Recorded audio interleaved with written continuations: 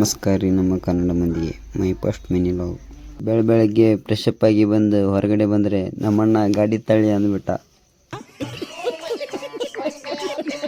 Tiffin ಮಾಡಿಕೊಂಡು ನಮ್ಮಣ್ಣ ಉಳಿ ಹೋಗಿದ್ದ. ನಮ್ಮಣ್ಣ ನಂಬರ್ ತೊಗೊಂಡು ನಾನು ಹೊಂಟಿದ್ದೇನೆ ಈಗ ವೇಸ್ಟೇಜ್ ಹೇರೋಕ್ಕೆ. ನೋಡಿ ಗಾಯ್ಸ್, ನಮ್ಮಣ್ಣ ಈಗ ಲೋಡ್ ಮಾಡ್ತಾನೆ JCBಲಿ ನನ್ನ ಅಂಬಾರೇನ.